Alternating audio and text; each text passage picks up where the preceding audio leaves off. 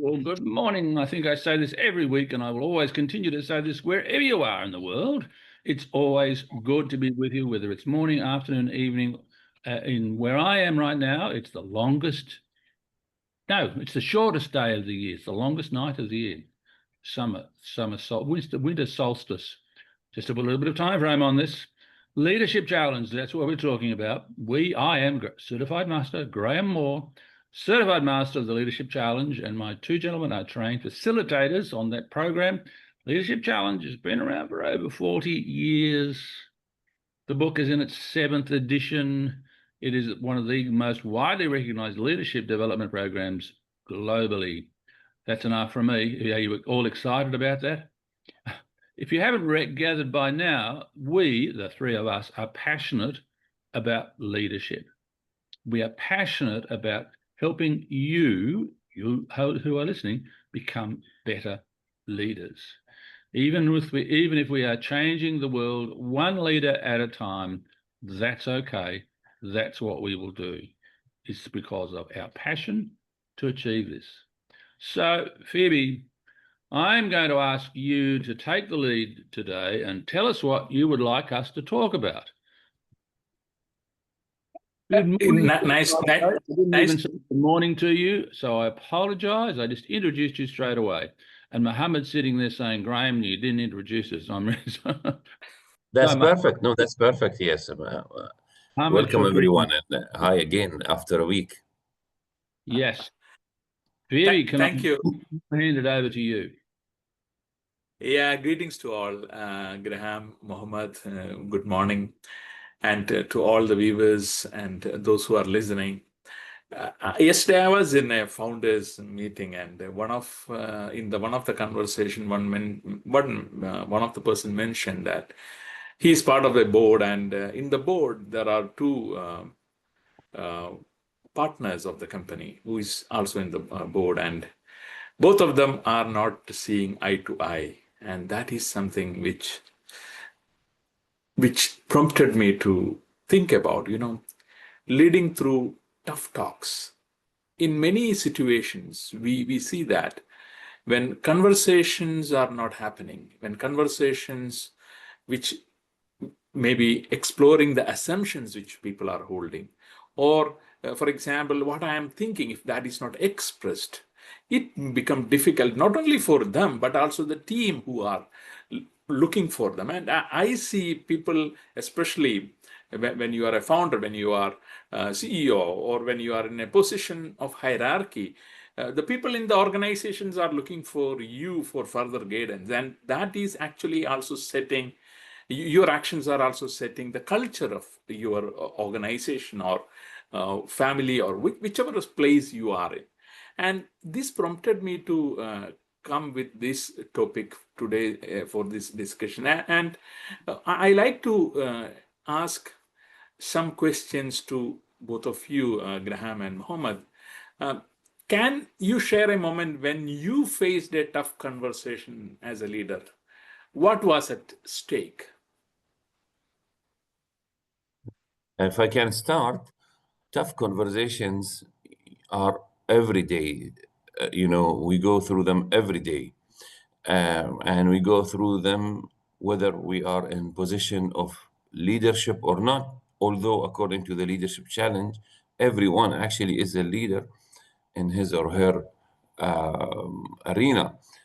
We have the tough conversation, of course, with our children when we want to convey something to them that they wouldn't understand now, but when they grow up, they will understand. But we have to do that conversation now. It becomes tough.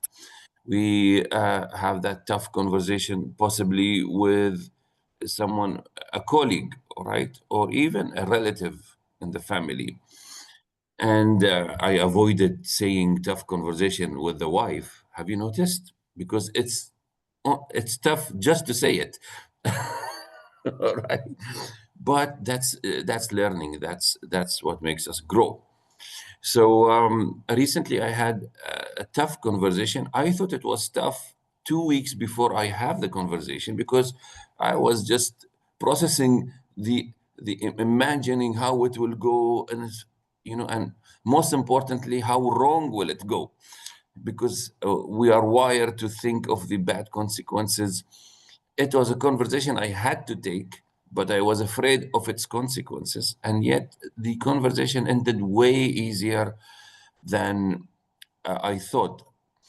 It's not important what went there, how it ended up, but how we look at the conversation as tough. Before that, we avoid eye to contact, as you said, with those two colleagues. We avoid meeting, we avoid having the call, we avoid running into those people or being in the same meetings with them, just not to have that tough conversation. This is really costly, really costly.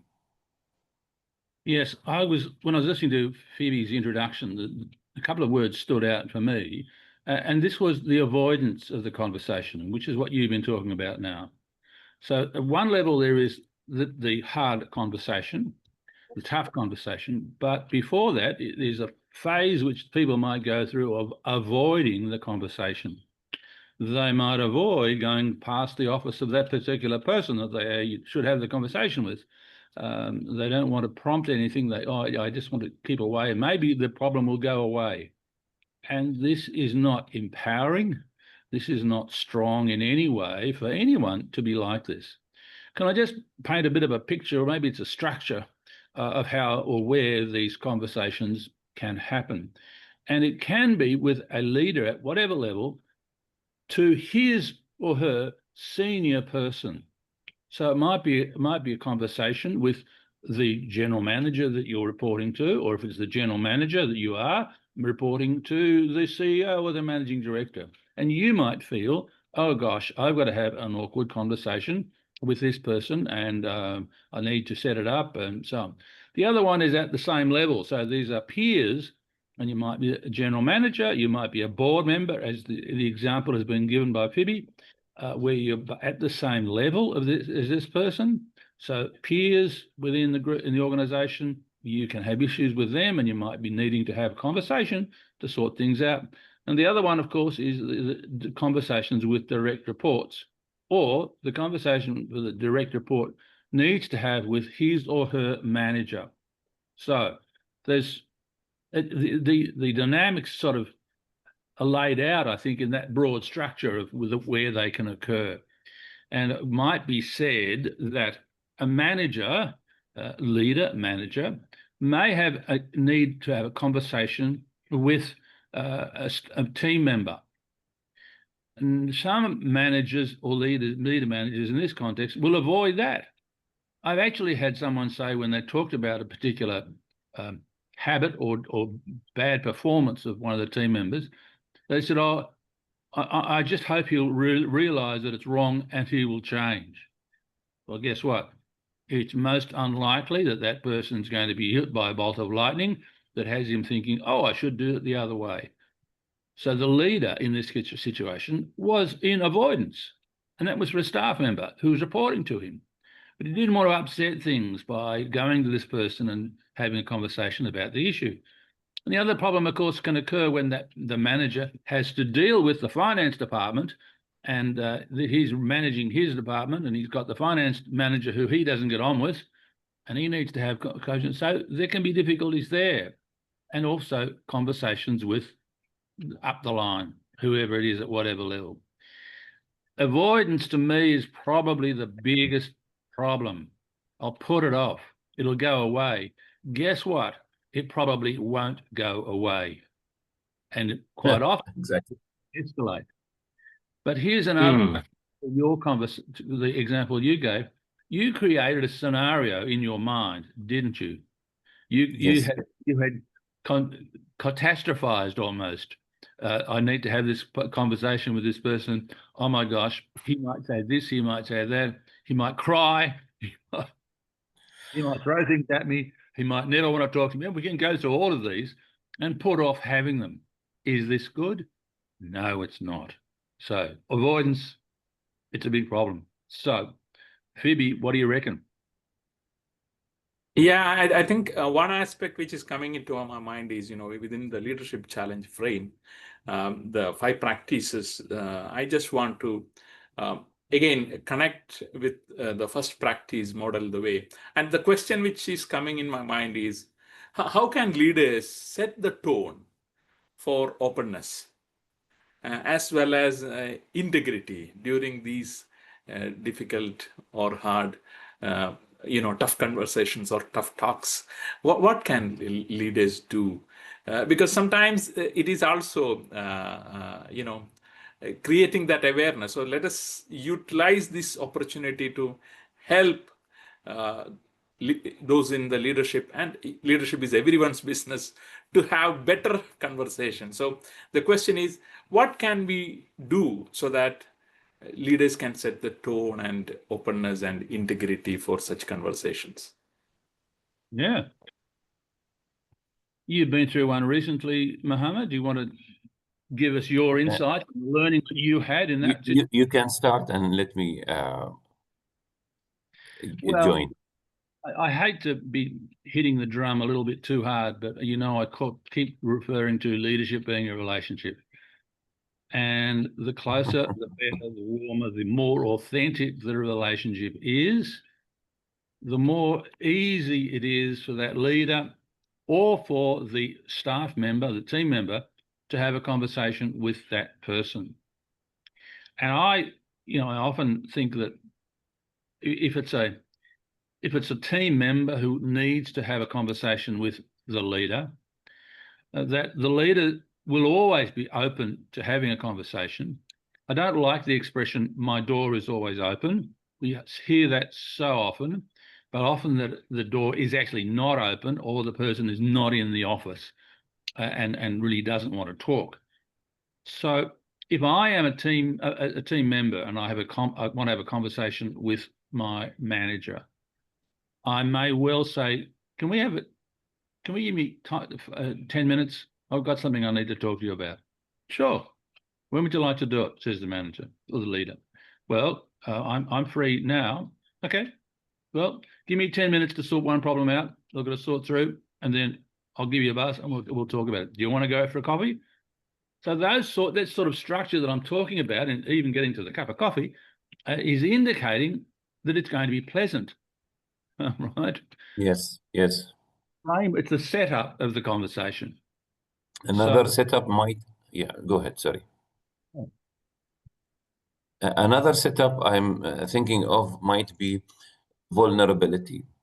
A lot of times, the team members think wrongly that this leader has a wall around him, and he might not accept my type of openness. But they are surprised when they see the leader bringing up a subject, and in that subject, he shares how vulnerable he is or he was. In other ways, he will empathize with them by sharing something from his side. For example, he says to them he shares a moment where he was challenged in his career and he had to take a tough decision, and he will express the dilemma and the human nature of conflict inside. He will expose a little of what he went through as an internal conflict as a human, actually. All right. And guess what happens when you hear that? You say, oh, okay, it's not only me. There is common ground. All right. They are more encouraged to say, can I talk to you about something? Well, in public speaking, we actually do that. We need to expose our personal stories and the struggles we went through. Otherwise, the audience will not connect. If we just say how good we were, how we reached there to the success, without mentioning what took us there, what costs us, the audience will never connect. And there is no motivational speaking per se. But we have to disentangle that so that people say, all right, or okay, there is something to talk about now.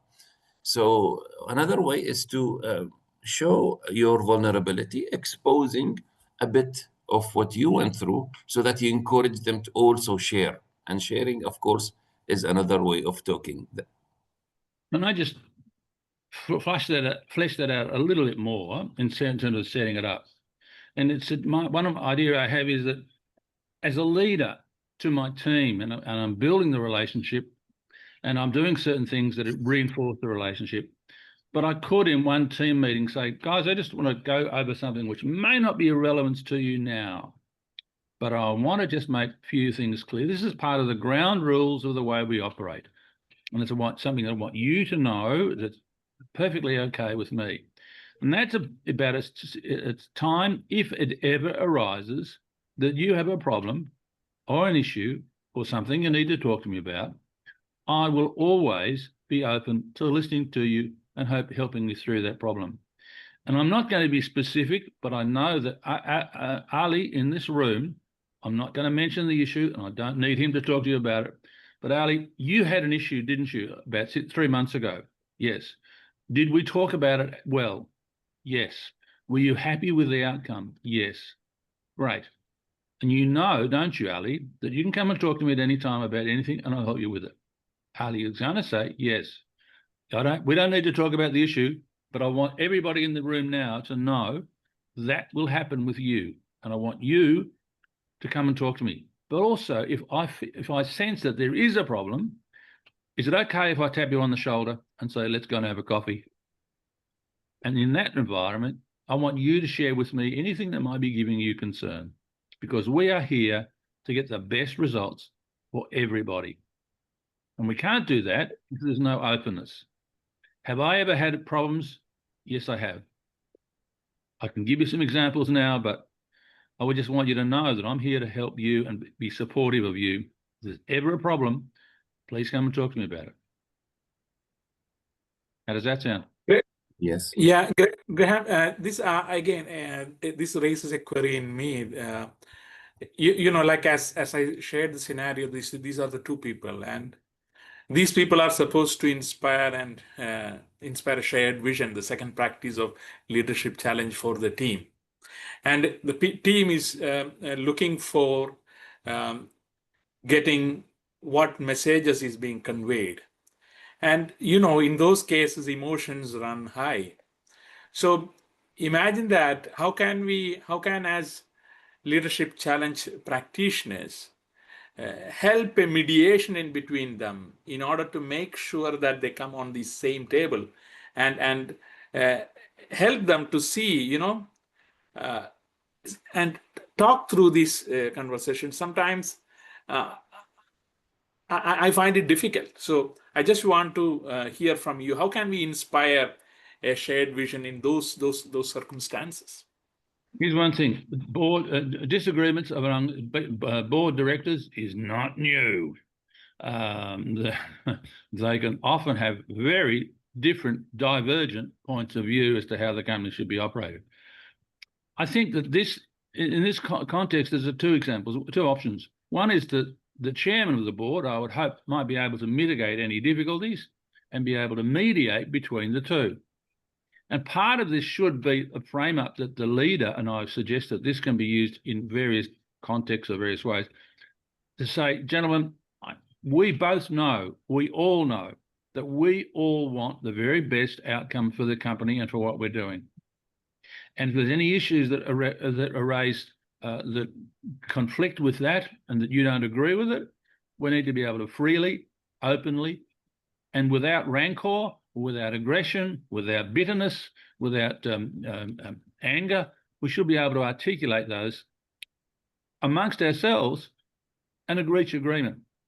The vision for this company, as I'm the chairman right now, the vision for this company is something that we all agree on. And we need to be talking about that to get great results where we have issues or difficulties between us. Because I know that each of you who may have a different divergent view probably have the same passion about achieving success in the company.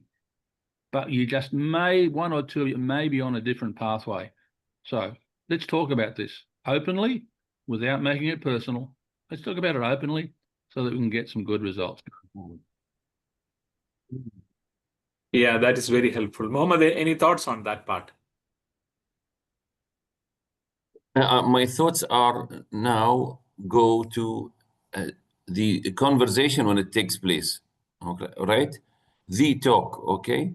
And I want to stress on the fact that when you say shared vision, it reminds me of the beginning of a conversation. People fail to practice managing the beginning of that talk. And the beginning of the talk is what we share, the common ground. Okay? So if you can do this at the beginning of the talk, the rest of the talk will be way easier than you thought. So it's good to start with things that we both agree on, all right? And that's clear in the shared vision part of the practices. Yeah, Uh, and a little bit more specifically, if I may, Phoebe. So one person might say what you've just said, and then continue and say, so because the vision is this, we both believe that in the vision, we both know that we are going to get the company there, but the roadway may have twists and turns. There may even be some potholes in the roadway. So what can we, the two of us, do to work together to make sure that we are continuing on the pathway, that vision that's certainly clear for both of us and everybody on the board? What can you and I do to make sure that we remain working together to get the best results for this company that we are committed to now? Yeah. I Phoebe? think that sounds exciting from the perspective that we are actually going to help in this conversation to bring changes also. So I think these conversations I'm seeing as an opportunity to challenge the process, the third practice of leadership challenge. What can we do differently, and what outcome these conversations may create? So I just want to uh, pick your thoughts in this regard, like how difficult talks are opportunities for improvement, not just criticize or correct. It's the groundwork that's so important. And that is that at whatever level we are at, whether it's the board of Etisalat or global organizations, Microsoft, whatever, whether it's just a small company, whether it's the team, the groundwork is important. And the groundwork, or the ground rules, but the groundwork particularly in this case, is set by the leader. He or she sets the environment in which everybody is going to work in. He might set it, or she, in discussion with the team. Guys, let's talk about what sort of environment you want to work in to be productive, and what sort of environment would exist if we had a disagreement. What do you think we might do if one or two of us have such divergent views on a particular topic that we don't seem to be able to meet in the center of the road? What can we do? So we can talk about that at this stage. Okay. I'm reminded of a recent conversation with potential partnership, and the other party uh, suggested one of the several suggestions is an area where she wanted us to collaborate. That area is not of my focus or within my attention now, and it will be, of course, distraction if I say yes. But did I say yes, or did I say no? I don't want that. So I listened fully to what she's looking for. Uh, so I was able to detect a common ground, but that common ground is not enough to go entirely and be swallowed by that collaboration, which is not wise in business. So I did actually is I almost what you said when you said opportunity. So I looked for the opportunity. So I said, what can we do on this ground together? We can do this and this. I didn't decline that, but she understood that I'm not in favor of going in that project in that way. So I took just the spirit of it. I said, okay, but speaking about this, why can't we do this? or can we explore this area more? So opportunities, as you said, Phoebe, when there's an opportunity, look for an opportunity rather than an obstacle. No, this is an obstacle. We are hitting a wall. No, there's an opportunity in that obstacle. Yes. Yeah, that's a beautiful framing, Mohammed. And this this leads me to the fourth practice, enabling others to act. So I think this opportunity can be enabling others. And one aspect which comes to my mind is how can, as leaders, we create and help and empower our team to contribute, to speak up during these challenging conversations. Yeah. Yeah. And what is also worth talking about, I think, and it relates to what you just said, and that is the causative factors of disagreement. Now, without giving the full list, we identify a couple now. It can be an ego situation. Your point of view is different to mine, and I think mine is the best one there is. So this is an ego situation that has to be dealt with. It also, another reason for some difficulty with the conversations that we need to have is that one of the two parties, maybe both, have issues of security, or rather insecurity, that they feel insecure in even expressing their views. They feel insecure and vulnerable when they put their hand up and say, I've got a problem. They also feel insecure if they admit to a problem that they might be targeted for some action negatively from the HR department or for their career or whatever. So they can have insecurities. And we know that sometimes managers perform a certain way because of the insecurities that they have. And they believe they talk the loudest or the fastest or the quickest or the heaviest or whatever, the brute force that they, or the directiveness that they display will win the argument every day. And that, we know, does not lead to a happy workplace environment where issues are handled with respect. And when you say enable others to act, by default, when you enable them to act, you are enabling them to talk.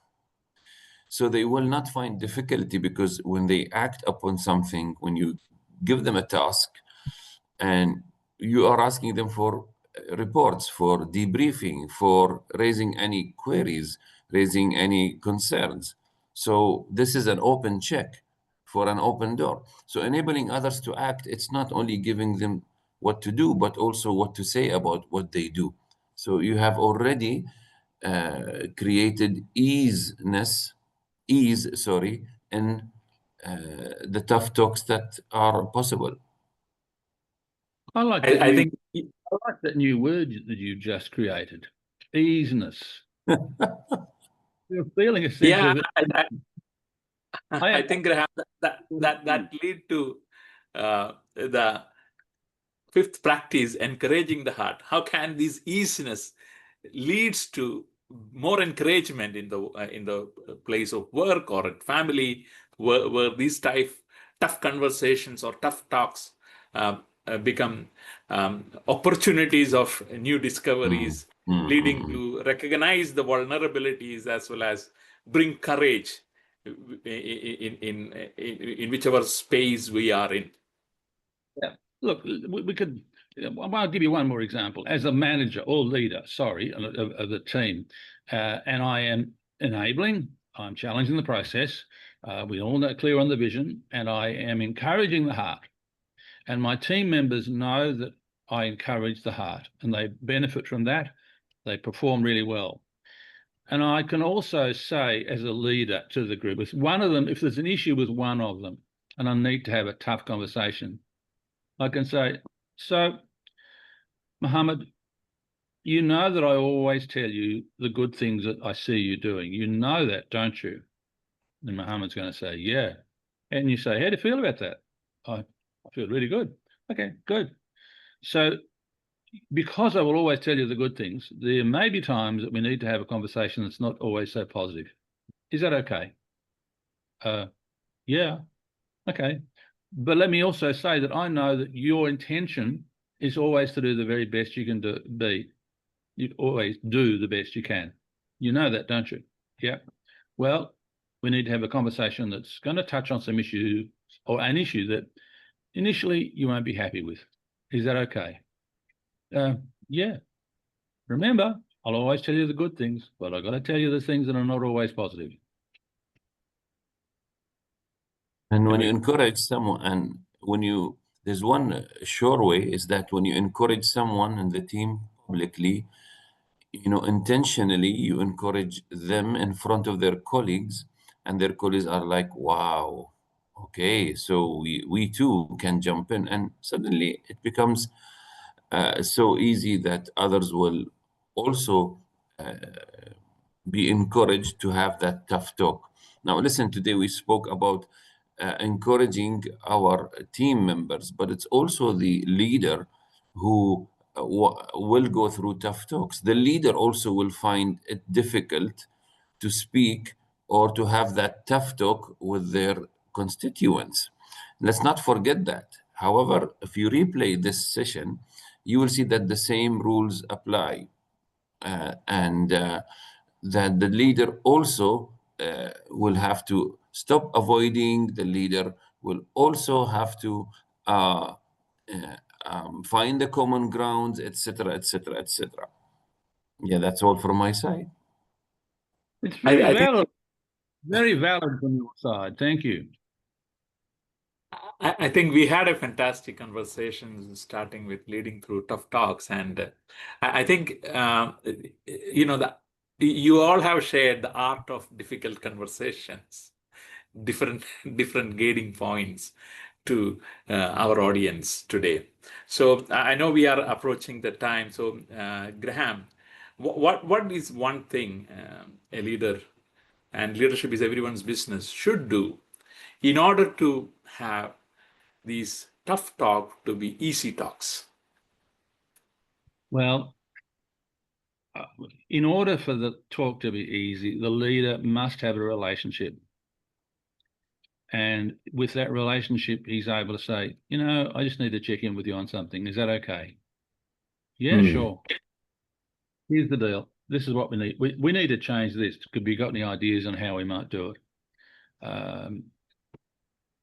That's probably a very simple example, but the framework sort of remains the same, that he's got to have that relationship. He or she has got to have that relationship and has not got to allow the issue to fester, to develop into something which is significantly more problematic.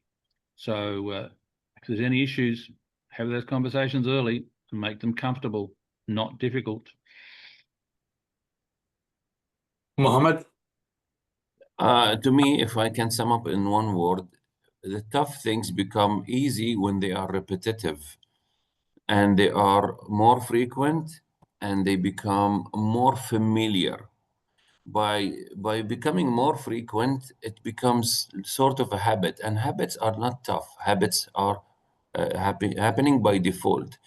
So if these tough if conversations, even not the easy ones, if conversations and having talks are something rare, infrequent, they always are tough because they are rare and they need to prepare and they need, but if you meet regularly with your team, if you make it a habit to have one-on-ones, casual and planned, if it is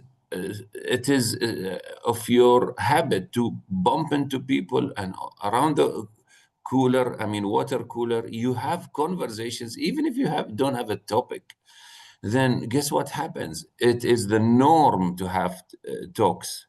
And then there won't be easy or tough talks. There will just be talks. And those will be around the relationships, around what we call a relationship. So have more talks, whether tough or not, and all of them will be okay. Can I circle back to the point that Phoebe made about these two board members who are in disagreement? Here's one possible solution coming right back, and it relates to what Mohammed has just said. One of those two, maybe prompted by the chairman, but one of those two should say to the other one just quietly, I think we should go and have a cup of coffee. When can we do that? Yeah. And then they Yeah. talk over a cup of coffee or chai, whatever. But one of them should initiate in friendly terms, hey, how about we go and have a coffee? The other one will likely know what it's all about. That's it. Phoebe. Yeah, thank you, Graham and Mohammed. It was nice to have this conversation today. And what I am taking away is, experiment with the conversations which you have. And what I learn is, it is a chance to grow.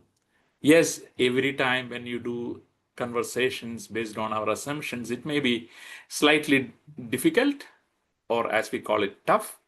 But again, as a leader, one thing which I'm taking away is to ask question: what is not being said so far? What are the assumptions which we are sitting with?